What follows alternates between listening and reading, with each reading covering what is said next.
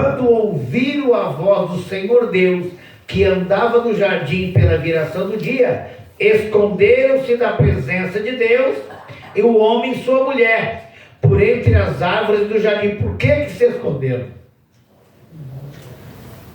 Por que muitas vezes as pessoas se escondem? Gênesis 3:8. Por que as pessoas se escondem da presença de Deus?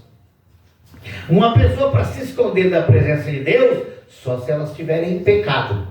Porque quando ela está em comunhão, ela quer permanecer na presença. Ela quer andar na presença. Ela sente desejo de andar na presença. Ela quer ter aquela comunhão. Ela quer o quê? Dialogar com o papai 24 horas.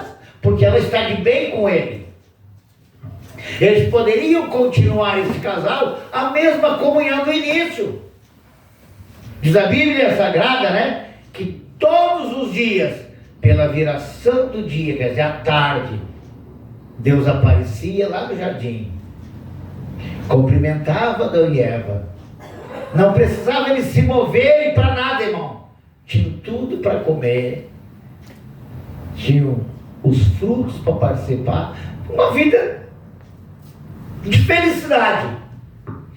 E eu faço uma pergunta: por que muitas vezes as pessoas querem trocar uma vida de felicidade por uma vida de luta, de treva, de desespero? Não estava bem? Isso aí não dá para entender. Não tinha 99,99 das árvores, tudo dos frutos bons? Por que foi escolher o ruim? Por que um só? Você já parou para pensar?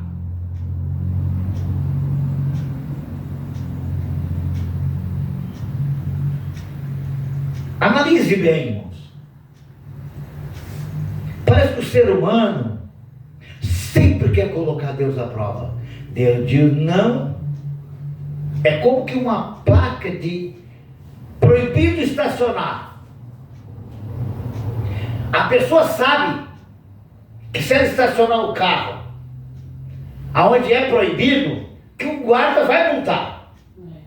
Elas têm certeza, convicção, porque elas têm uma consciência. Eu vou botar o carro aqui. Ah, mas só tem um pouquinho. É bem rapidinho. Viu como é que é? Diz o inimigo: não tem problema, o guarda não vai aparecer agora. Quando a pessoa menos pensa, o guarda aparece e vai multar. Mas foi avisado? Não tinha uma placa sinalizando que não podia? Assim é Deus, irmãos. A nossa consciência, ela nos acude. Olha, Deus não se agrada desse jeito, dessa maneira. Aí vem a voz dele. Aqui no capítulo 3 e no versículo 8, se eles não tivessem desobedecido, precisaria se esconder. É como que um filho, uma filha, uma criança, né, que faz uma arte, né? A mãe chega na hora, tchum! Ô Joãozinho! Ô Mariazinha, onde é que tu tá? Tu fizeste alguma coisa de errado. O que tu fez lá no colégio? Ou vocês acham que a mãe não conhece os filhos? Conhece a mãe dele? Conhece a mãe dele? Conhece ou não conhece? Conhece, não? Essa que já disse: a minha filha é assim, assim, assim. Conhece, irmã Olga? Conhece? Com certeza. Deus está falando com nós. Conhece teu filho, minha irmã? Conhece, né? Deus também conhece. E Deus sabe que os seres humanos muitas vezes são teimosos. Muitas vezes nós queremos teimar com Deus para fazer Ele fazer o nosso querer. E como que Ele vai contradizer a palavra que Ele mesmo deixou escrita? Se Ele é fiel, se Ele é poderoso e Ele é santo e Ele não pode pecar, Ele não peca, Deus não peca, como é que Ele vai obedecer o ser humano, contradizer a sua sabedoria? Então Deus já sabia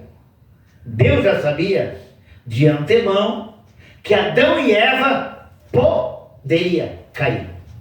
Poderia errar. Foi a primeira voz que falou: olha, de todo fruto vocês podem comer, menos um. Menos do conhecimento bem do mal, menos. Mas quando Deus fala com Adão e Eva e dá, a serpente também ouviu. Ela ouviu Deus dizer para os seus filhos: vocês não comem daquele fruto, porque se vocês comerem,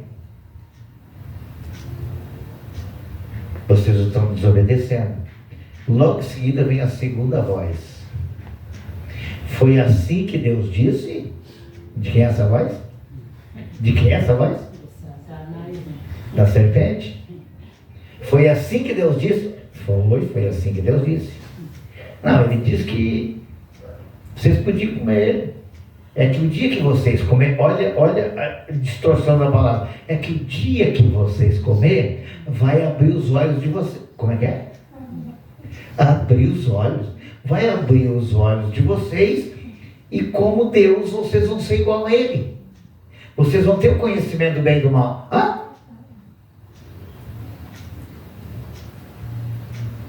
Despertou o que aquela voz no ser humano? Curiosidade.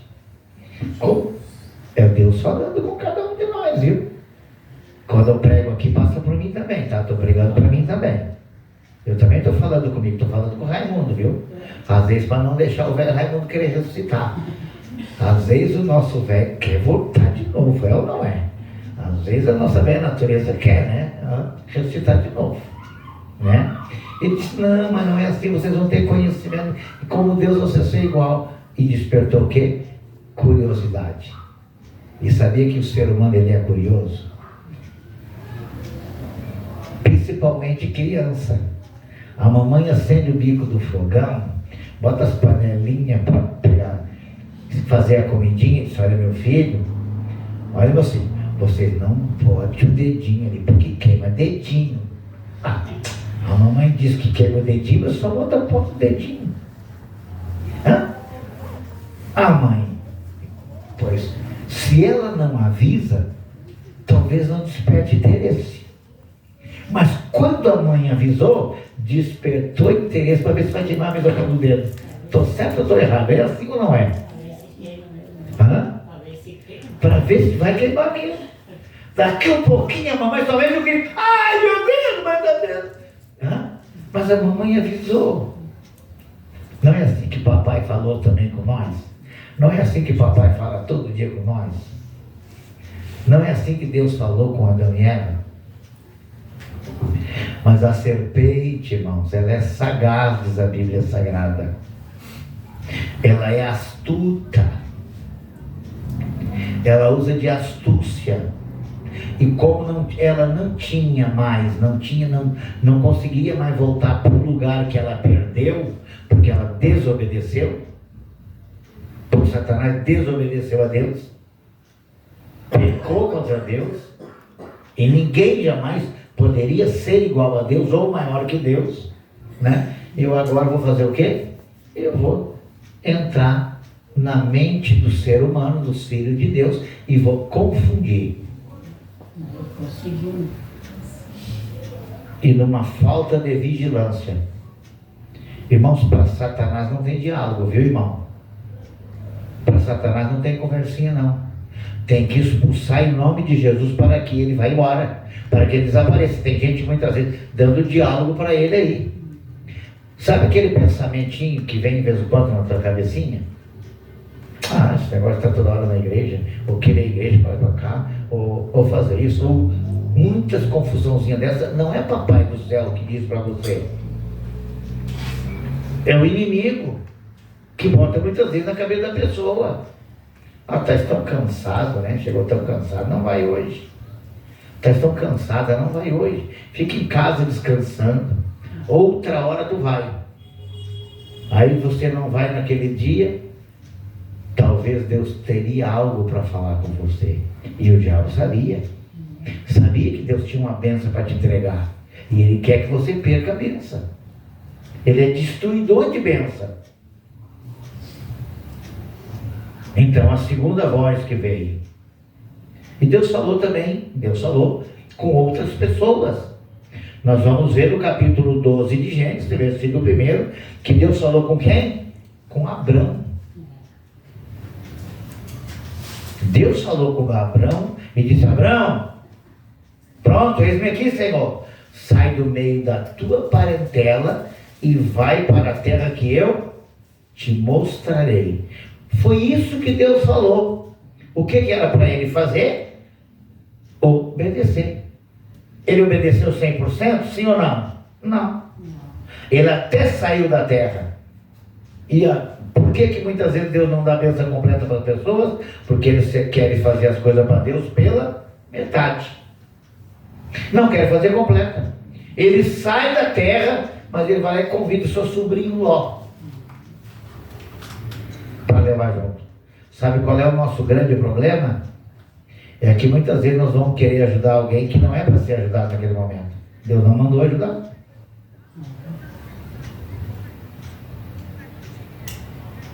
Nós queremos acrescentar alguma coisa para frente. Deus disse: Abrão, é tu. Se fosse Ló que era para ir junto, Deus tinha dito: Abrão, sai da tua terra, da tua parentela, leva o teu sobrinho junto. Não era assim o completo? Mas ele não disse assim. Mas Deus não falou assim.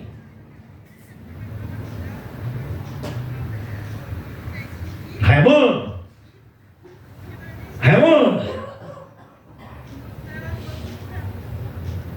quem te chamou lá naquele lugar foi eu.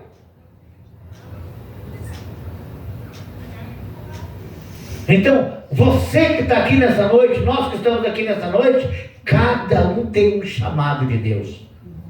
E um chamado diferente. Ele já falou comigo, ele já falou com cada um de vocês. E cada um de vocês sabe o que é para fazer para ele. Ele já falou. É só que às vezes nós queremos dar desculpa. Senhor, agora não dá para ter meu marido, agora não dá para ter meu filho, agora não dá para... Eu perdi esposa, perdi tudo, irmãos. Ela disse: tu faz uma escolha. 2 vezes. 2 vezes, isso é difícil acontecer. Ou tu vai seguir a igreja e tocar em frente essa tua correria, ou eu vou te largar. Se a outra pessoa diz assim: é verdade, chega lá e larga a igreja, larga a igreja para os outros, bota o pastor para cá, e vou cuidar da minha família, vou cuidar de vocês, vou passear de carro com a mulher. Eu poderia andar de carro novo hoje. Os 2 aposentados, ia ganhar quase 10 mil reais por mês, andar de carro, zero para cima, para baixo, para as lagoas. E a salvação da alma? E o chamado que ele deu? E a responsabilidade que ele deu? Você já parou para pensar que ninguém pode impedir o teu chamado? Que nós não podemos dar desculpa para Deus? Que cada um de nós tem a nossa cruz para carregar? A irmã Gilene tem a cruz dela para carregar, a irmã Olga tem a cruz dela para carregar, a irmã tem a cruz dela para carregar, o Lucas tem a cruz dele para carregar, o irmão, presbítero irmão Luiz tem a cruz para carregar, a irmã Eli tem a cruz para carregar, a irmã Maria tem a cruz para carregar, a irmã Eliane tem a cruz para carregar. Cada um de nós tem a nossa cruz para carregar, irmão. Eu não posso largar minha cruz para carregar a tua. Cada um tem que levar a sua cruz. Enquanto nós estivermos na face da terra, irmão, não existe pessoa perfeita e não existe uma pessoa que não tenha luta ou prova ou uma cruz para carregar. Todos têm que levar a sua cruz. Cada um de nós tem um espinho na carne. Alguém tem uma doença, faz tratamento. Alguém tem um problema familiar. Uma pessoa tem ela é crente, o marido não é. O marido é crente, a mulher não é. A mãe é crente, o filho não é. E assim, cada um de nós tem uma cruz para carregar.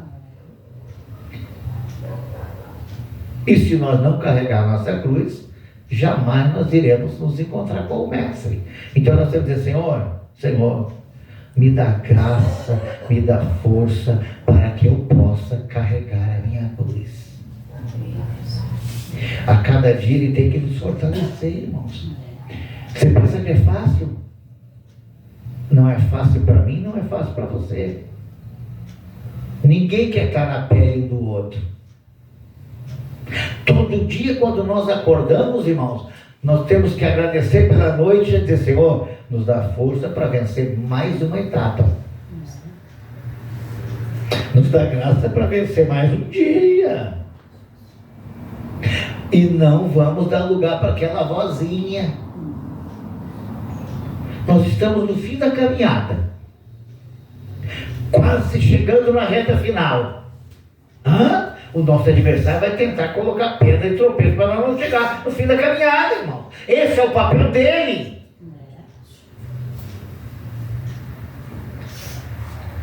E vocês acham que essa segunda voz não está cuidando de tudo quanto é lugar? O que é que Deus disse lá no livro de Jó?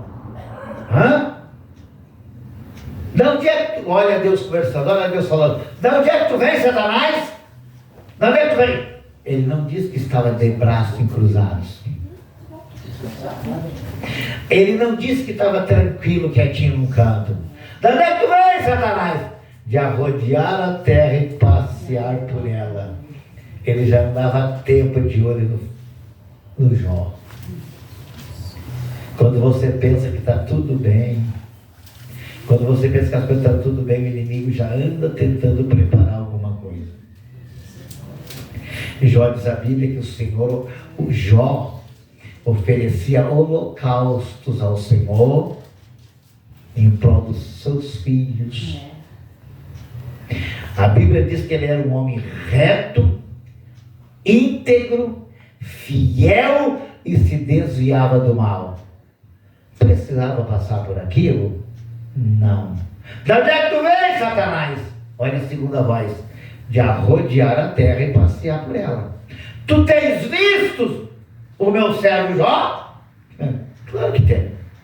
Ele te serve, sabe por que ele te serve? Olha o diálogo do diabo para Deus.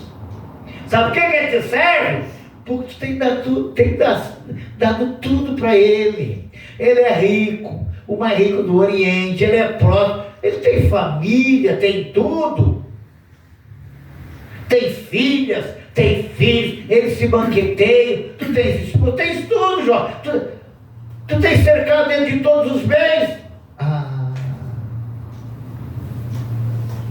Deus disse: olha, é isso que tu vem me jogar na cara, Satanás, é?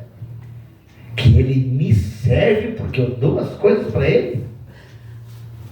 Então faz o seguinte: toca em tudo que ele tem,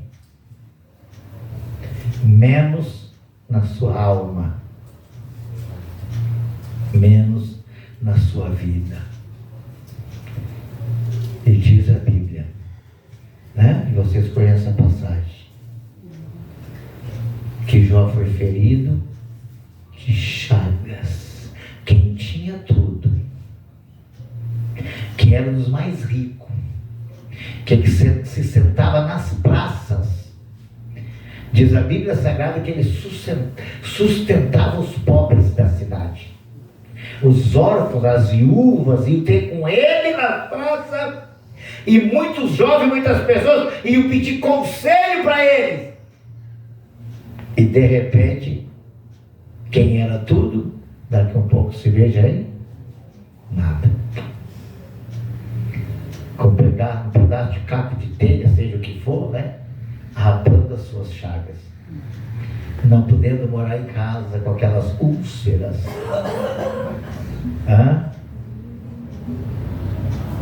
Mas só tem uma coisa, irmãos.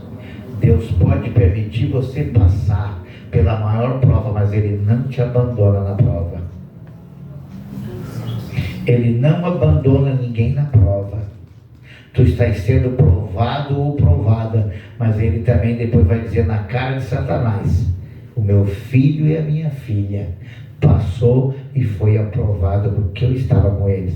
Agora, existe uma outra coisa, uma grande verdade: Deus não te abandona, só que Satanás joga a pessoa no lixo e depois descarta como copo descartável e abandona. E a terceira voz que fala é a voz do homem. Onde é que nós vimos a voz do homem? A voz do homem nós vimos do próprio Adão. Foi? Não foi? Do próprio Adão. Onde é que andas, Adão? Onde é que tu anda? Onde é que tu estás agora? Vocês acham que os olhos de Deus não estavam vendo o que ele estava tentando se esconder? Ou vocês acham que alguém se esconde da presença de Deus? Eu vou ler aqui, quer ver o 9. E chamou o Senhor Deus ao homem e lhe perguntou: onde estás? Onde tu estás, Adão? No versículo 9 Deus fez a pergunta: onde é que tu está, meu filho? Onde é que tu anda? Eu vim aqui para nós ter o mesmo diálogo. Deus fala contigo. Deus fala contigo.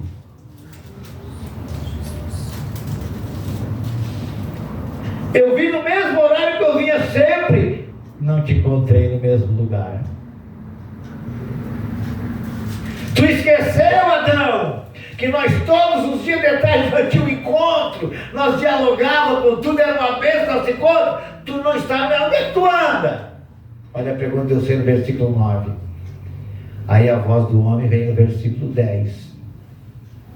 Aí diz assim, ó. Ele respondeu: ouvi a tua voz. Eu ouvi a tua voz. Olha o homem respondendo aí. Você também está ouvindo a voz de Deus nessa noite falando contigo. Por onde é que tu andas? Estou com saudade de ti. Louvana, choremanás. Por onde andas, meu filho? Por onde andas, minha filha? Estou com saudade da tua presença, daquele diálogo que tu tinha comigo. Sabe? Que eu te chamava e tu ouvia a minha voz. Tu sabia quando eu te chamava pela madrugada. Tu conhece a minha voz, tu sabe quando eu falo contigo, eu estou falando nessa noite contigo. E ele respondeu: ouvi a tua voz no jardim. E porque estava nu, quer dizer, nu sem vestes espirituais mais também. Adão tinha perdido 2 vestiduras. Porque eles não tinham medo, porque eles não tinham sentimentos carnais, eles eram santos, tanto Adão como Eva. Então não precisava de roupas. Mas se sentiram nus, ficaram despidos das vestes materiais e das vestes espirituais também. Perderam a glória do papai. Tive medo porque estava nu. E olha aqui, quer ver? Ó, estava nu, tive medo e me escondi. Essa é a voz do homem. Quantas pessoas hoje estão escondidas de Deus? Que tinham aquela comunhão íntima com Deus, que ouviam a voz de Deus, que gostavam de adorar a Deus com louvor. E hoje papai fala, e fala, e fala, e torna a falar, mas elas não conseguem mais a entender, não conseguem mais ter aquela intimidade. Você imagina como não ficou o coração de Adão, você imagina como não ficou o coração de Eva, e talvez o inimigo vinha no seu ouvido e soprava: viste o que aconteceu? Satanás mentiu, meia mentira e meia verdade. Perderam a visão espiritual, mas olhou os olhos carnal. Os olhos carnal viram que eles estavam nus. Perdeu a visão espiritual, mas abriu os olhos carnal e viu que estavam nus. E foram se vestir. Algumas traduções de um jeito ou do outro, com folhas de figueiras, troço para lá e para cá. Mas aquilo, irmãos, não cobria mais nada. porque o pecado já estava consumado. Pastor, mas era um pecado tão grave. Era um pecado tão grave. Comer do fruto não é pelo pecado tão grave. É a desobediência. Quando Deus disse não, é não. Quando Deus diz sim, é sim. O não de Deus, muitas vezes, para nós, não é para nos intimidar e nem para nos ameaçar. É para nos livrar de algo que poderá acontecer, a nossa ruína lá na frente. O não de Deus é uma bênção na nossa vida.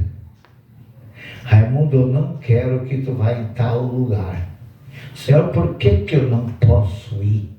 Sou dono do meu nariz. Não é assim que muitas pessoas dizem. Aí depois que diz algo aconteceu errado, o inimigo vem. Visse que não era para tu ter ido lá?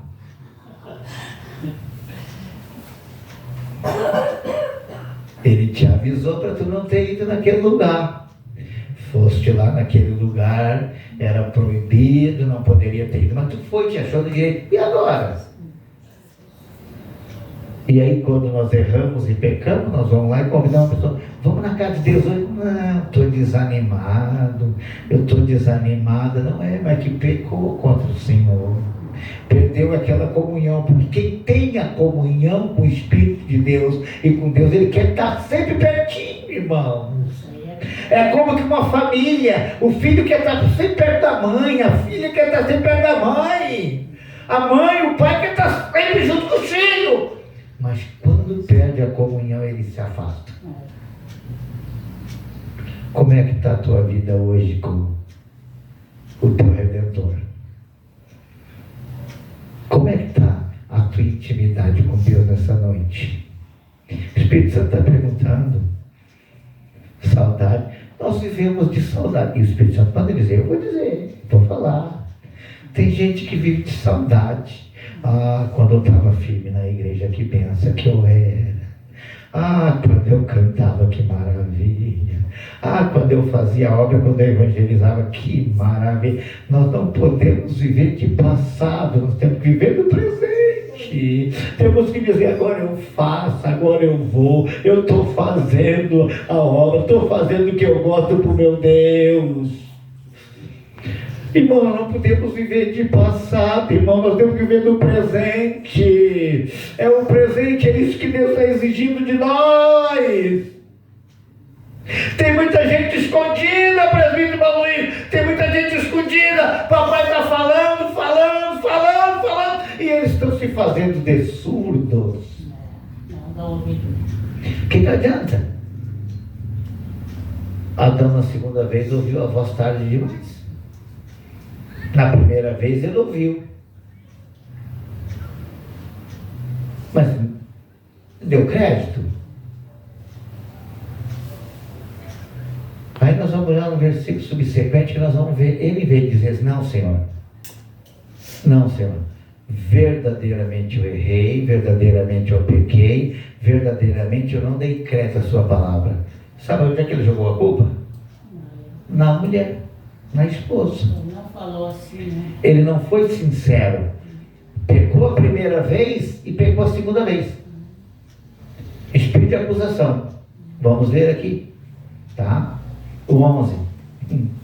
O 11. 3 e 11. Perguntou-lhe Deus. Deus estava dando um diálogo aí, né, irmão? Como ele está dando diálogo comigo e com você nesta noite. E ele está fazendo pergunta. O 11.